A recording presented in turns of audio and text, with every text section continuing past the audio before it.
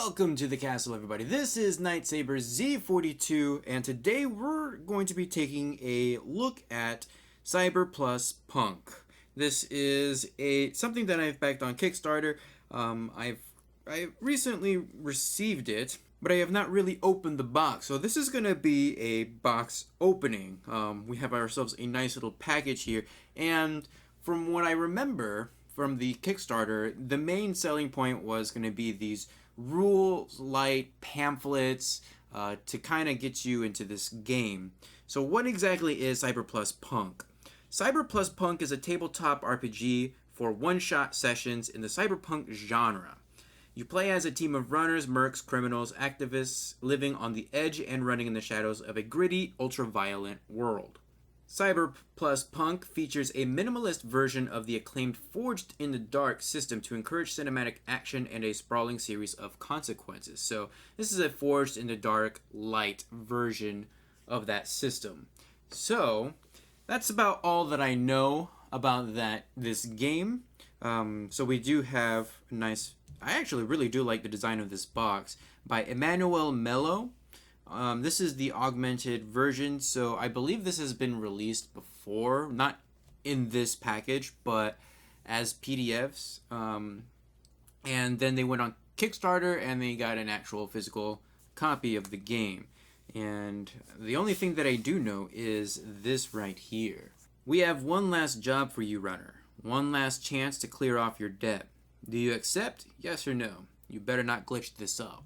So let's take the rest of this box off, and it's split right down the center. Oh, look at that. Ooh, I really do like the design, and it opens up both ways again.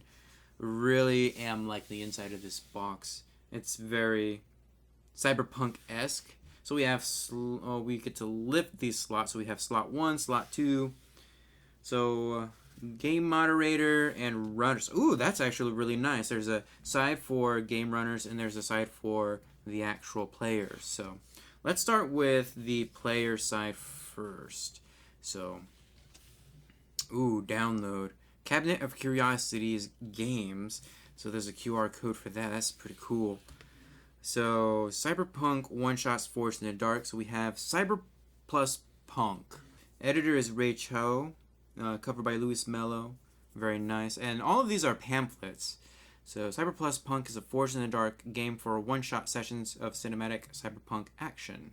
Although their fixer is known simply as Operator, an anonymous flat voice over a comlink who sees them as nothing more than disposable assets. Kind of like the, what is it, the Mr. Johnstons from Shadowrun. The sprawl can be any overcrowded megacity consumed by high-tech, class struggle, intrusive advertising, corporatocracy, automated services of poor quality, climate crash, the futile search for humanity amongst all this, and so on. The grid is made up of servers across the globe, through which data flows frantically. On the surface level are public records, media streams, everyday apps. Sensitive information is protected by ICP, intrusion countermeasure protocols. Megacore and obscenely wealthy individuals run their own private servers, accessed only from terminals inside well-secured facilities. The GM refers to the game rules to establish a dynamic world around the PCs. They help organize the conversation, so it's pointed towards interesting elements of play. You need some 6-sided dice. Takes 2 to 4 hours, okay, and 2 to 5 players. So, hey, you can actually do one-on-one sessions with this. Hopefully, maybe. We'll see. Game moderator protocol. So this looks like, yeah, these are the rules right here, which I really dig that they can fit on one pamphlet.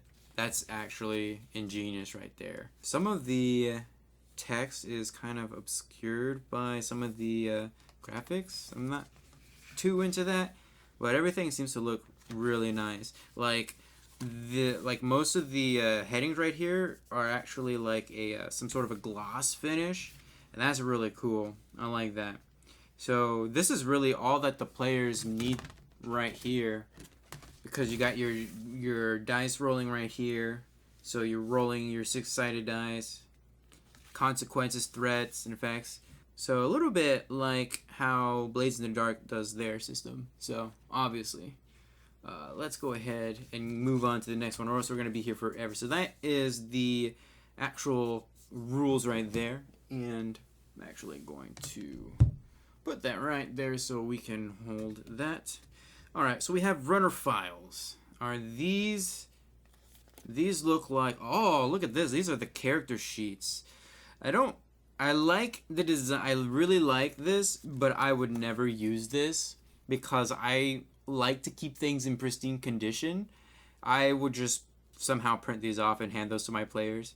Unless I know for sure that this was going to be a longer campaign, but these are one shots, so I wonder if you could use dry erase marker and if it would be fine. It doesn't look like it. This doesn't seem like the type of material. But I do like that you have a recap of...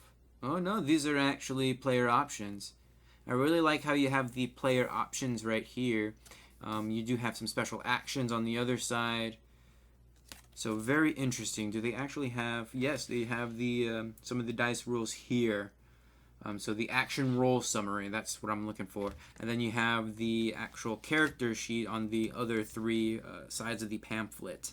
So very cool, I like that. And I'm imagining that there's going to be at least 4 of these, maybe 5 since it's a 2 to 5 player game. Yeah, here's another one.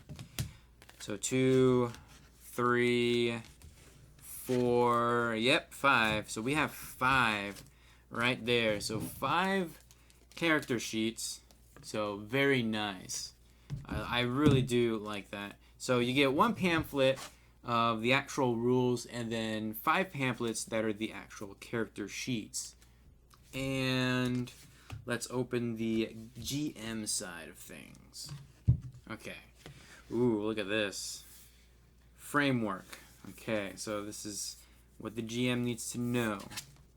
So we have building a run and the run phases summary on the back here. So when you're doing your jobs, you know what to do. What else do we have? Reduced effect, harm, threat escalation. So these are consequence examples.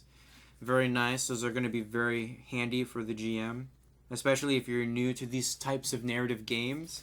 So this brochure presents GM advice, in-depth examples of consequences, optional rules, and the framework of a campaign mode for Cyber Punk. It isn't required reading, but it will improve your understanding of the game and provide guidance for running it. Interesting. I'm not too sold on the font, or rather the font color for that. The gray on the black, it's a little bit hard to read, especially with this light kind of blaring over here. But, I mean, that just could be the actual light that I have. So we have game moderator advice. Nice. A long shot. In this mode for short campaigns, PCs are working against an oppressor and/or towards a cause, overthrowing an authoritarian state, dismantling a human trafficking network, leading a group of refugees through hostile territory.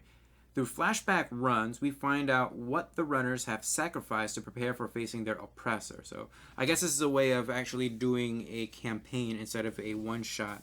And we have the campaign structures, downtime phases, and aftermath phases. So I think this is kind of reminiscent of what's already in Blades in the Dark. Sorry, I haven't actually read Blades in the Dark in quite a long time, so even Wicked Ones I haven't read in a while.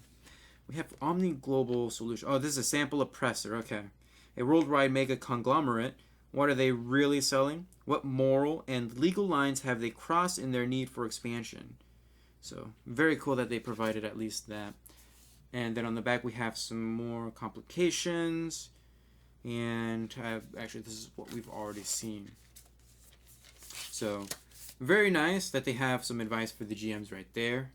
Ooh, I like this art. I actually like, so that's 2 for 2 on this side, or actually 3 for 2 if you count the one for the player's guide or the runner's guide. I really do like this artwork. Whoever did this did a very nice job, especially when you actually feel this, when you actually touch it, it's really nice. So we have plus weird. A plugin of otherworldly power. Ooh. Oh, I'm already digging this. This is more akin to probably something like Shadowrun, incorporating magic or the supernatural with cyberpunk stuff. So we have threats, we have spirits, aberrants, and mells. Weird is a tool to instill supernatural elements in Cyberpunk games. As a plugin setting, it builds seamlessly around the core rules, offering new options to build characters, a new type of augment called meta talents, factions, and more. And then we have a little bit of some lore over here, it looks like. So, very nice. The incident. Yeah, this is part of the lore, I believe. With so much going on in the world, endless wars, global energy shortage, climate crisis, famine, disease, whatever was happening at Ground Zero didn't seem like a priority for anyone. And so the world's most unprecedented event, which blurred the lines between natural and supernatural, were unnoticed for most. From the many convoluted accountings of what happened that night, what is the most accepted to have caused the incident? And it looks like we have 3 different options. From Ground Zero, an unknown type of energy surged across the region and kept expanding. It took them a few weeks to discover that it had changed things, landscapes, animals, and people slowly, from the inside out. Anomalous creatures spotted in the wild, talk of warps in space connecting buildings like hallways, people growing horns, seeing ghosts. They call it the weird. Ooh, very awesome. Let's see, we have some heritages. So metahumans are the descendants of those affected by mutations during the weird surge. And we have some meta talents, some weird stuff, some drawbacks, some consequences. Ooh, I actually really like this. I think if I were to actually do something, like maybe a couple sessions long, I think this is what I would actually run with it. This is really interesting. It's Shadowrun without being too Shadowrun, I guess. Alright, a setting for Cyber plus Punk. We have Predator. Okay. Man, the artwork on this is just stellar all around. Okay, so what do we have here? Orbital, come in. There's been an incident in Biosphere 5. A skirmish between insurgents and corporate security resulted in the destruction of an APX facility, and security measures have now been compromised. The experiments have escaped into the former agro-botanical zone, which has exploded with anomalous vegetarian and fauna. We're getting reports of screeching noises from the newly risen jungle. My people are convinced a demon is hunting us, picking us off one by one.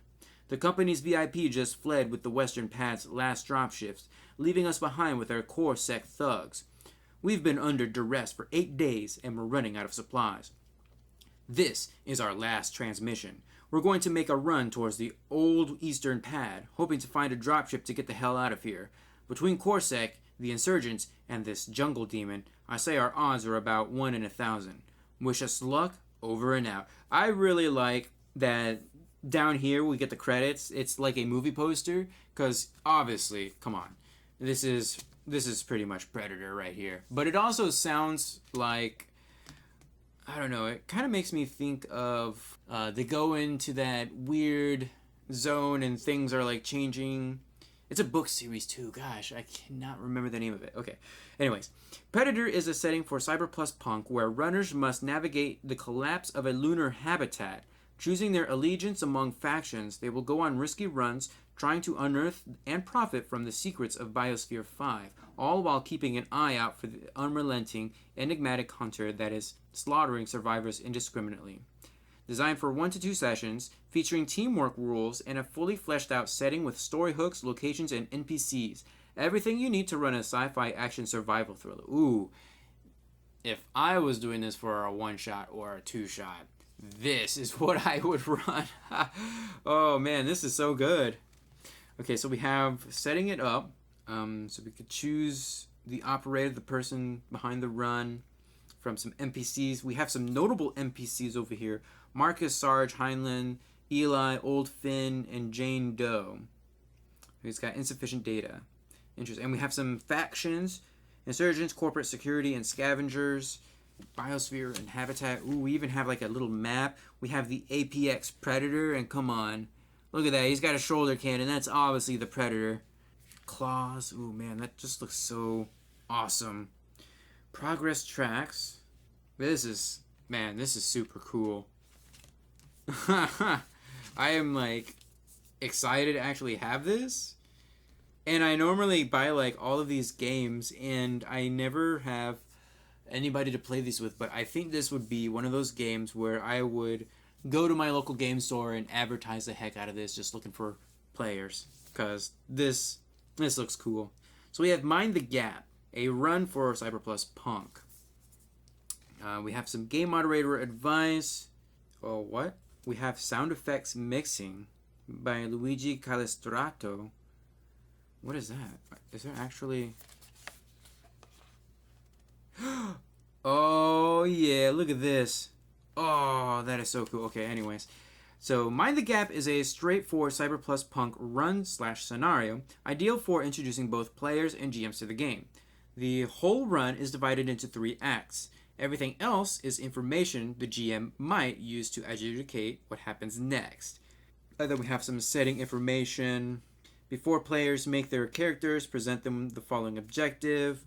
Reality check track, progress when they investigate the glitches, the nature of the train, try to remember, etc. As the bar progresses, glitches manifested by the neural network get increasingly weird, and you can see what actually happens. Ooh, man, there's some spoilers right there. Sorry. Ooh, I like the layout of this. So you get Act 1, then Act 2, and then Act 3. And then we have ourselves an audio file that we can scan. So this is a PA announcement. These are the PA announcements. Man, this is really cool. This is like when Roll20 did the Mothership Ipsilon adventure, and there were some audio files in that. Man, this is really cool. Oh, this is what I would run if I was going to do this with newbies. You see, it's progressively getting to where I just want to run this whole thing. Like, this is so cool. Cyberpunk Hunters. Encrypted transmission. Runners, they know. I told you being too good would be a problem. They made too much noise, messed with all the wrong people. Now they want you dead, and this time, they might get what they want. Word on the street is they've hired hunters, the worst of the worst. If you make it out alive, you'll be a legend. If you don't, well, let's hope you do. Let's run. And transmission. Cyberpunk Hunters is a plugin for Cyber Plus Punk designed to enable new sets of challenges, dynamics, and rewards. This pamphlet provides pre-made hunters, elite operatives focus on taking the players down. The rules to quickly build, modify, and incorporate them into your Cyber Plus Punk runs. I gotta say, out of all of these pamphlets, this one feels not as good. It's all gloss instead of your mixed type of stuff. So I guess you have just an explanation of what hunters are, when to activate them, and you even have some sample hunters. We have 6 sample hunters here, and then we have a little blank canvas to make our own hunter. But again, I would never really write anything here because these pamphlets are just too good for that. So, not my favorite out of the bunch, but I'm sure that if you're planning on doing a longer style campaign, you're going to want to run this eventually down the line. So, what's next? Okay, I think it says Mona Rise. Last run scenery. Megalopolis. Okay. So I think this might be a city. Okay, let's read the back. How to use. This pamphlet allows you to create runs that reference William Gibson's sprawl novel trilogy. To set up your adventure, start by randomly selecting results from the objective, who status, location axis, payload, starting hot, and something unexpected happens table. These results must be joined by the operator to create a cohesive plot. The second step is to add the presence and influence of one or more factions to the plot by increasing the scale of the conflict. Each faction controls a range of threats encountered in the megalopolis. Use your creativity to include these objectives during the run. Use the map and other tables to enrich the adventure whenever necessary. So this is basically a quest generator, is what it sounds like. Prepare for your last run, cowboy. Welcome to Monorized Megalopolis, the largest coastal center in Europe, where the government was neutralized during the war on the Greek peninsula 50 years ago. The urban complex is currently controlled by 3 companies that are infiltrated throughout the civil and digital infrastructure. You are here for work. An unknown contact has offered you a job you can't refuse. You have seen the opportunity.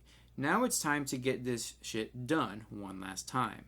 May the Rastafarian spirits guide your destiny throughout the dark streets and through the orbital network. They see you now, cowboy. So we have objectives, who, locations and access, payloads, starting hot, and something unexpected occurred. So yeah, this is definitely a quest generator.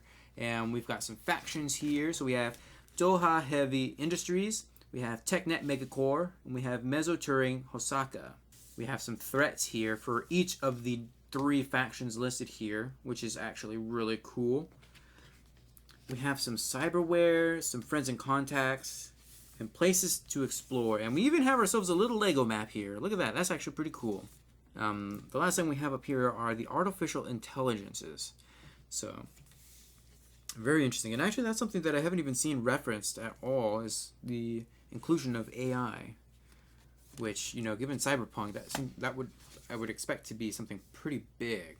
All right, well, there we have it. That is Cyber plus Punk. Thank you for joining me on this unboxing. This was actually quite a treat to go through.